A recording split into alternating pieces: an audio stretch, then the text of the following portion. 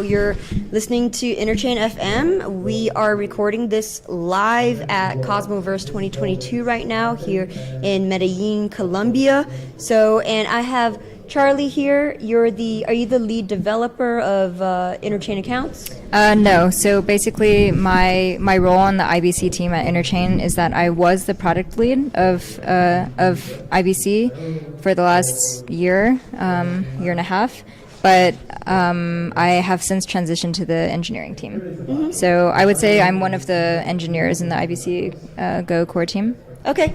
And how many people are currently working on it, and who else is working on it? Yeah. So on our team, we have 3 people on the product side, and on the engineering side, there are 6 of us. Mm-hmm. Okay. All right. Who's designing the protocol? Aditya Shripal, he's the IBC protocol architect, and he was the one who he's the one who basically does a lot of the specs for us before we kind of implement in IBC Go. Okay, and for those of you who aren't familiar, Aditya Shripal interned at All in Bits, aka Tendermint, back in the day, and he had built a what was he building? He built state fraud proofs for data availability on a toy project whose name that escapes me right now. But okay, so what's the latest on Interchain accounts? Are there certain milestones that you guys are about to hit? When's it going to go live? All that stuff. It's actually a really good question for now. Obviously, Interchain accounts has been live for a few releases now. Was released in IBC Go v3. And we're now on IBC Go v5 with v6 coming out in alpha and beta.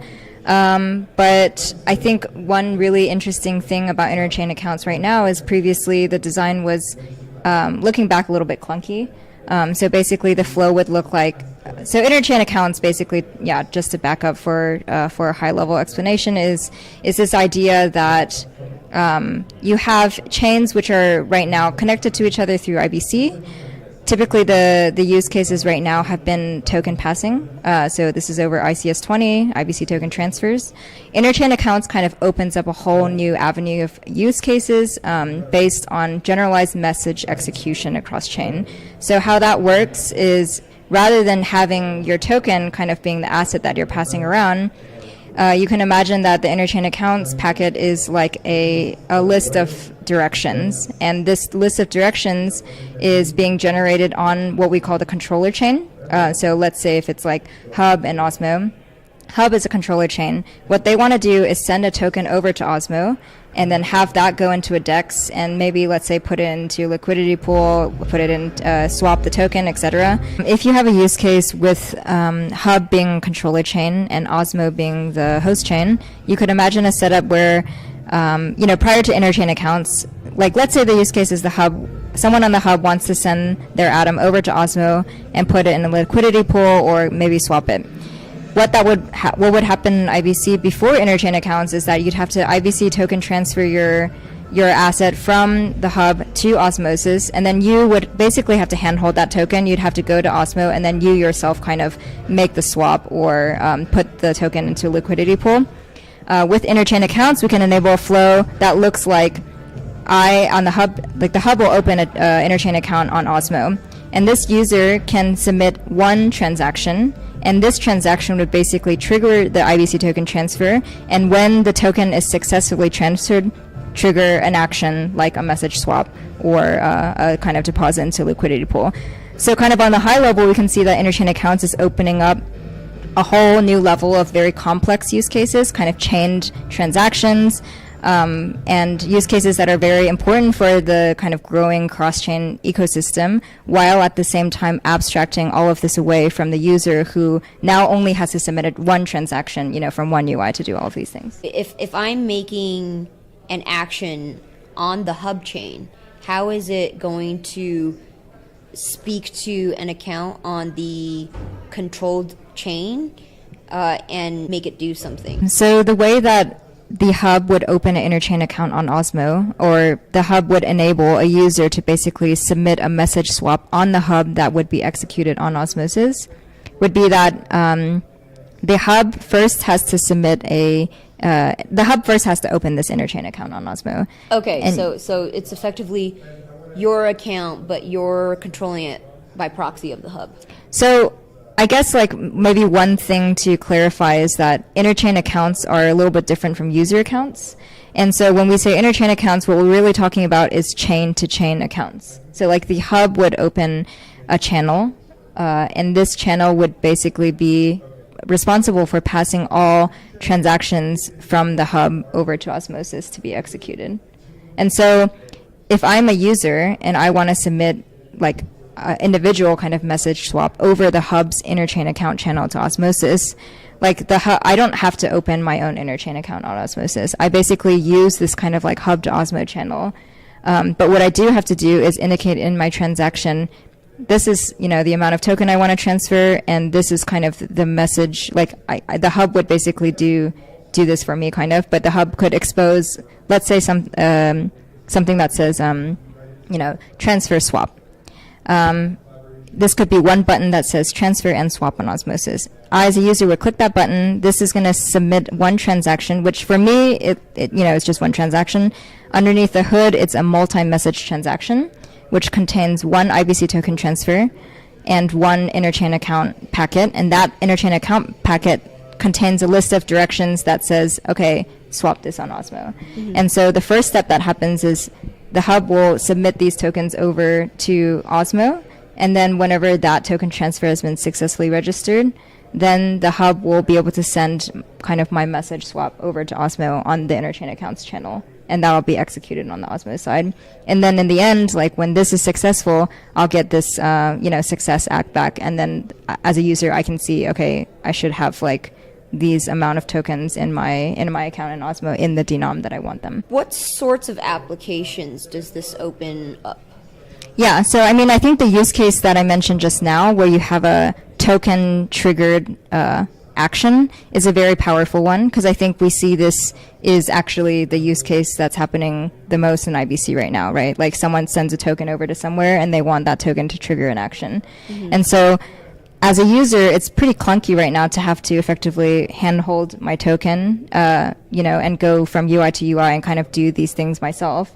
But if I'm thinking from the perspective, I mean, not only of a user, but also of a chain, it's like, as a user, I kind of want to be able to just click that button and say, transfer my tokens. Like, no one ever just transfers their tokens to do nothing, right? They want to do something with that. So I think, like, as a user, I want to have this, like, one-click action to do those things. And as a chain, I want to be able to offer to my users this user experience of saying, this is the service I provide to you, which is, bringing your tokens over to whatever other app chain and taking advantages of the service that app chain provides. Mm-hmm. From a technical perspective, what's the difference between ICA and OTC, other than that there's control in a cross-chain manner? Yeah, I mean, I think OTC is a lot to do with if you're talking about making transactions within a single chain. So OTC is going to allow you to basically, have access control on those types of transactions. But I think the main difference is that with Interchain accounts, you really have a cross-chain workflow. And I guess like the way that I like to think about it is right now, each chain is kind of like having to almost like re-implement, or either it implements all the services it wants on its own chain, or it kind of like makes its users have to manually do workflows that in Web 2 would be accomplished by pinging like service endpoints, right? Like in Web 2, there are a lot of services that expose API endpoints, and you kind of like ping these endpoints. Let's say like I want to query something, or I want to like do, send some, like make a transaction of some kind through these endpoints. But in the cross-chain workflow, where up until Interchain accounts, we were not really able to really like expose these endpoints in a way that would be effectively usable by other chains. Mm-hmm. And so Interchain accounts kind of allows you to think about app chains really as apps in a kind of platform, which is the Interchain, rather than having all of these apps having to exist on platforms, which are, these app chains themselves. Mm-hmm. Yeah, I like where you are going with the types of applications that can be made possible in this broader interchain context. So now you can have composability across different dApps, basically, except they're not smart contracts like in the Ethereum sense, but they're app chains in and of themselves. Yeah. So how does this how do you contend this with, let's say, somebody who comes in and says, okay, well, you can't have data availability if it's if you're doing something cross-chain. You have to basically trust that the validator set of that other chain that you want to open up ICA with completely or else. Yeah, I mean, I think so. It's really hard to get around the problem that you more or less have to trust your business partner, right? So like IBC is not really in the position to kind of tell someone this is a good business partner or this is a bad business partner. But what we can offer you is a security guarantee that that you will always know the actual state of your business partner. As in, if your business partner's validator set has gone Byzantine, there's not really that much that IBC can do to save you. And it's kind of like if you've chosen to do business with a chain that's gone Byzantine, that's like a bad business decision, right? But I think what IBC can offer you with interchain accounts is, in the case of good business relationships, let's say, now all of these exchanges are opening own app chains. I think this is a really powerful venue for these exchanges, which have a very clear service and a kind of very clear value proposition to perform their service as an exchange, rather than having to, on-ramp or off-ramp through a specific chain, through any one specific chain. They can basically spin up their own Cosmos chain, and then any chain can kind of use the services of that exchange. And through IBC, have a kind of sovereign, like, on-ramp into the order books of these different exchanges. So I think that's like, I think your original question was, about like the security guarantee. And I think like what we can offer is really basically this secure guarantee that your transactions in the kind of order that you want them to be carried out will be carried out. But we can't save you from choosing a bad business partner. Mm-hmm. Okay. And are there any other considerations to be made when it comes to the ICA security model? I think with regards to ICA, obviously it's built on top of IBC transport. So the transport layer is what secures, that's the layer that provides you kind of this native light client security guarantee. What we mean by that is basically like, you can imagine like light client guarantees as opposed to bridging guarantees. As a bridging guarantee is basically if I'm sending you a message, you have to trust that the person carrying that message is going to be like not opening your letter or doing anything bad with it. With a light client guarantee, it's almost like I don't have to send you a message. You can imagine like we have a set of photos and maybe a set of mirrors. But the photos that we have, like I have a photo of you and you have a photo of me. Every time I make a transaction, like I add 20 tokens into my bank module, you'll see that reflected in your photo of me, and the same likewise. So it's kind of like this photo is something that I have, but I can look at it to confirm that that's kind of like the state of you.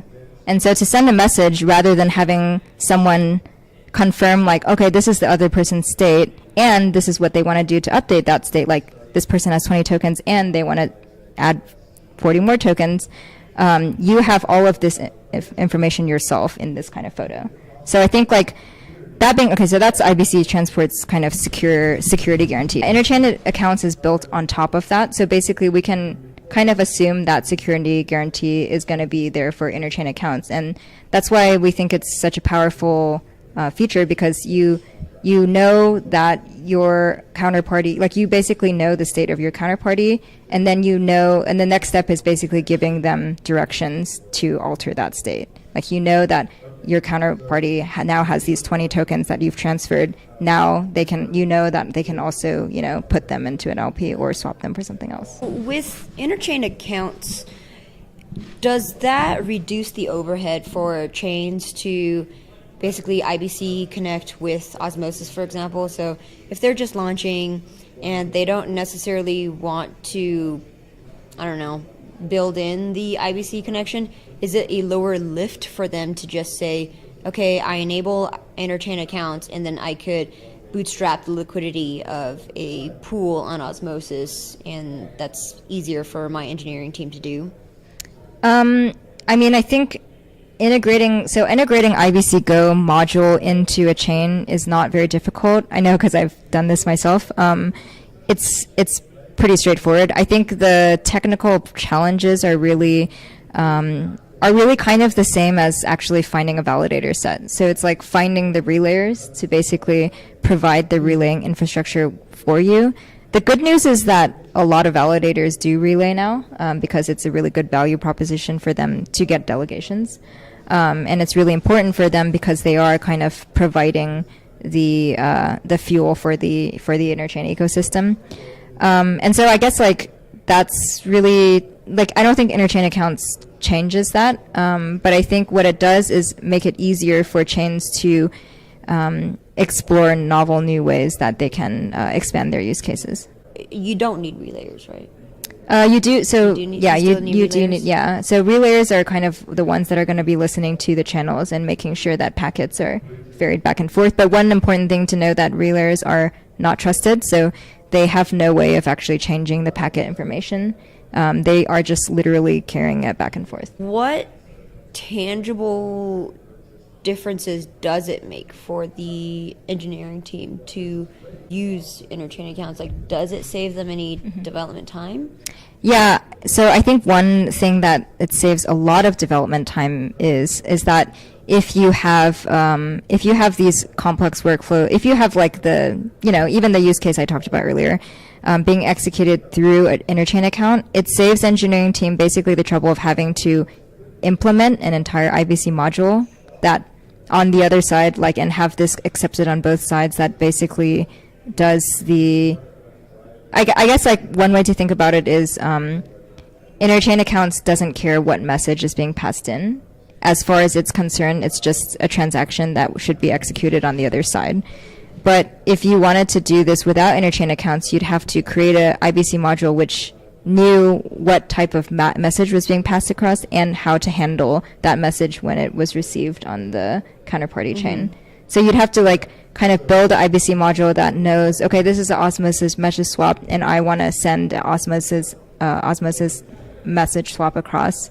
And on the Osmosis side, you'd have to convince them to upgrade their chain to implement this module. And so it's like not only the engineering team, but as well like the entire, I guess, like biz dev product team, but like getting that coordinated upgrade across the interchain. Okay, that's a really heavy lift. It's a really heavy lift, and I think like everyone knows that coordinated upgrades, especially for, in use cases where maybe one chain is benefiting a lot more than the other chain. It's like one of those things where as a chain who's looking to, like you said, bootstrap some types of workflows with the service API endpoints that Osmosis is offering, maybe they don't have the team to kind of lobby Osmo to get a coordinated upgrade with their module in it, but they can open an Interchain accounts channel to Osmo and then directly send, something like a message swap over. Okay. That's excellent. That's extremely compelling. So, let's say the Interchain ecosystem has matured in the next 2-3 years, and most chains are using Interchain accounts to take certain actions. What do you think that the implications are for composability? Does that help us move in this sort of exponential composability paradigm? Yeah, absolutely. I mean, I think it's really difficult to think about really composable cross-chain workflows without something like Interchain accounts, because like I said before, without Interchain accounts, you either rely on the user to complete all of these cross-chain workflows themselves, or you rely on all of the chains you want to do business with to have coordinated upgrades and implement your kind of business model. And so I think that kind of those dependencies are really going to slow down the development of a lot of these use cases. Do you think we're going to have Ethereum-like cross-chain composability at that point? I mean, I think we are already seeing the beginnings of it now, right? So, like Quicksilver and Neutron, some of these chains which are launching now, which are making use of Interchain accounts for these cross-chain workflows, I think we're starting to see already the first explorations of Interchain accounts workflows. Obviously, the feature was just released, so I think it's a little bit early to see the full development as we've seen it in the Ethereum ecosystem with the time that they've had to develop. But I do think that all of the technical infrastructure is there for the types of workflows you would see happening across smart contracts in Ethereum, but now are happening across app chains in the Interchain ecosystem. That's really when the Interchain ecosystem shoots itself upwards into singularity, isn't it? Yeah, I mean, I guess one really exciting thing to note here is that IBC right now has been, I mean, it's the backbone of interoperability in the Cosmos ecosystem, but we're starting to see the first, like in testnet, or I guess it's Kusama to Polkadot was the most recent one, but implementations of IBC Lite clients, which are happening outside of the Cosmos ecosystem, but because they are IBC Lite clients and they operate with IBC semantics, a Polkadot parachain is now, in the eyes of an Interchain user, the same as a Cosmos app chain, right? Like I can communicate with any of these parachains in the same way that I would communicate with Osmo and or Evmos, and I think that's a great development. We've also been in talks with a few teams working on ZK ETH2 Lite clients. There's a team called Composable, which is working on, they've been working on the substrate one, but they're working on one for Near. And so I think like we're really starting to see what has been in Cosmos, kind of a given for a long time, but the value of generalized interoperability, I think we're starting to see that becoming realized in a lot of these other ecosystems who maybe just thought about bridging as tokens getting locked up. And that's the most naive use case. Yeah, that's definitely, I think even, the fact that Etherscan displays bridges in a metric of TVL, that's just like a paradigm that doesn't make sense, right? Like why would you think about bridging as locked up value? The bridge should be passing the liquidity, the bridge should be passing the messages and enabling the workflows. And I think that's what IBC is really trying to bring forward. When you talked about Interchain accounts getting enabled on certain Kusama parachains, is this all able to be done without a bridge so that we could finally abstract away all bridging basically once other chains and other ecosystems enable this? So this is like a full IBC. So this is like, I can, with my relayer, submit a IBC open channel transaction to the IBC Lite client on this parachain, and I can open a channel now. And what are the base components needed in order for this to happen? So if you're on an Avalanche chain, or if you're on Ethereum, on Solana, all of the Bitcoin, let's say, Handshake or whatever, let's say in a totally incompatible system, what are the key pieces of ingredients needed to make that happen without a bridge? So IBC is designed to work with proof of stake chains. So the reason for that is we need instant finality for these client updates, the kind of photo updates that I was talking about, where I update the photo that I have of you and your kind of transaction state. That we need instant finality for that. Okay, so let's remove Bitcoin and proof of work chains from the question and only talk about the Solana, Ethereum 2, and it's kind of so I think that it really is a case-by-case basis for each one of these. Like each chain is a special chain and presents its own special challenges. In the case of ETH2 Lite clients, it's not actually so much the Lite client that's an issue. In fact, Tenorment Solidity, the Tenorment Lite client for the Ethereum side already exists. The kind of IBC logic for the Ethereum side as well exists. The challenge with the ETH2 Lite client at the moment is really the gas costs of verifying the Tenorment, basically on the Ethereum side, verifying the snapshot that they have of the Cosmos chain. That's really expensive because doing anything on Ethereum is really expensive, and especially updating a Lite client is very expensive. But the kind of ways that we've seen people approaching, and as I mentioned before, is there are teams which are working on zero knowledge, basically snark proofs, which, there's a few approaches, recursive proofs, having like different ways of verifying these proofs that are not as gas intensive and not as expensive. And so I think that's, like in the case of ETH, that's kind of like the work to be done on that side. Solana has its own special challenges as well. It has a little bit more to do with the design of the state machine and how we can actually pull transactions out to add to this photograph that we have. of Solana. That's something that would require a little bit more design changes on that side, and that's kind of a reason that we haven't been approaching a native light client implementation for that chain as much. But I guess like one thing to say generally is in lieu of having a native light client implementation, as much as like we want to have that full security guarantee, right? But kind of the alternative right now, and really kind of the alternative that all other bridges are posing, is this kind of validator secured model.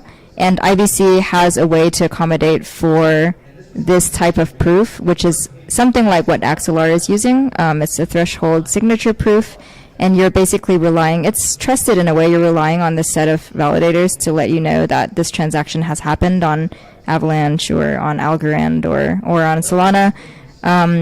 Arguably, though, it's the same security guarantee that you're going to get with any bridge, and the positive is that if it's IBC enabled, you kind of get all the other IBC functionalities out of the box, right? You can like send the token transfer, you can open the channels, you can send the interchain accounts, transactions, etc.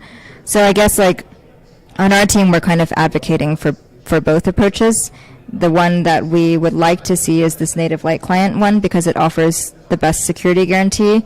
But in lieu of having difficult designs for some of these other chains, the solo, what we're calling them solo machines, these kind of solo IBC solo machine clients are a way to kind of, on the business side, get things rolling more quickly while still giving you the access to the larger interchain infrastructure. Any housekeeping items, like any call to actions that you want to make?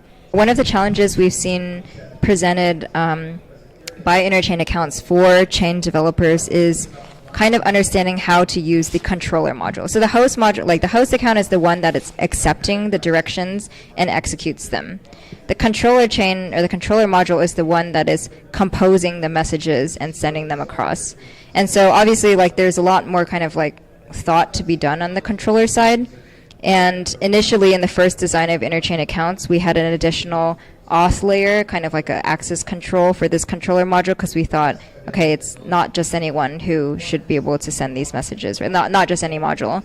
But with SDK 46 and launch of groups, and we're starting to see these workflows where maybe you want to have a multi-sig of people, let's say a DAO. You want this group to be able to execute a message, let's say it's a delegation message on another chain on behalf of, a larger group of people. This group of people, and we realized most kind of groups of people who would have access to this controller module are already authenticated, in the sense that, not everyone's going to get in this group for free, and not everyone's going to be able to anyways have access to this type of infrastructure. So what we've done is we have kept the legacy way of having another custom auth module, but we've created a new way where you can directly kind of call into the controller keeper and compose your messages without having to create another access control layer. And I think that allows for a lot of the use cases to be out of the door a lot more quickly, because you don't have to worry about rolling your own access control. But yeah, that's been a kind of development we've seen with the launch of 046 SDK and the group's kind of multi-sig DAO use cases that are coming out of there. And I think for users on the interchain account side, there are going to be more and more chains rolling out interchain accounts transactions. I would like to think that the average user is actually not going to experience a huge change, and likely will hopefully experience a great change in terms of less clicking, less transactions that they have to send, because the chain is doing a lot more work for you under the hood. So I think that's the way that we're seeing that go forward. So with the more granular approach with having a multi-sig control and interchain account, with that interplay with DAO's existing system, where people can just launch a DAO contract on there, or let's say do something with Wind or whatever, Ethan Frey's project, and use interchain accounts to transfer their funds across different chains. Yeah, so let's say there's a DAO on Juno who wants to, delegate a certain amount of money that they have on Osmo to like validators, or to like projects that they find compelling in that ecosystem, because in the like Sunny talked about yesterday, mesh security, in this kind of mesh security world, you have chains who really care about each other's ecosystems and each other's communities a lot, and maybe even have overlapping communities. And I think with interchain accounts, it is a very real use case that you will have DAOs wanting to interact with other chains that they are very much a part of. And you would be able to, through interchain accounts, have this DAO execute these messages directly on these counterparty chains that they have connections with, without having to do all of the manual work themselves. Excellent. Well, thank you so much, Charly. This has been extremely informative. Happy to have had you on this podcast. Thanks for having me here.